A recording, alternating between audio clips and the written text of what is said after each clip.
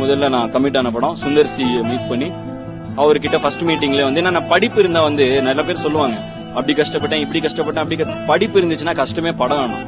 ஏன்னா வந்து end of the டே நம்மளுக்கு வேற ஒரு விஷயம் இருக்கு. நான் போய் ஜாலியா உட்காந்துட்டு சார் பண்ணா ஃபுல் படம் தான் சார் பண்ணேன், நீங்க ஸ்ட்ரைட்டா ஹீரோ தானா அப்படின்னு கேக்குறாரு.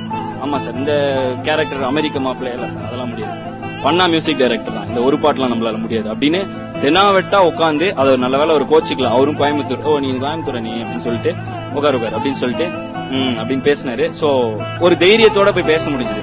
Sir I finish my MBA sir, செல்லாது sir it's okay sir but I can do this I can அப்படின்லாம் சொல்லி வந்து அப்படியே மேலே கீழே பார்த்துட்டு அப்புறம் ஒரு மாசம் கழிச்சு சொல்றாரு, தம்பி நீ அன்னைக்கு வந்து ஒரு மாதிரி உட்காந்து பேசின பார்த்தியா, என்னால முடியும், பண்ணா ஒரு சாங்லாம் பண்ண முடியாது, அதெல்லாம் நான் நிறைய பண்ணிட்டேன், பண்ணா மியூசிக் டைரக்டர் அப்படின்னு சொன்னால அதனாலதான் உனக்கு கொடுத்தேன்னு ஒரு மாசம் கழிச்சு சொன்னாரு.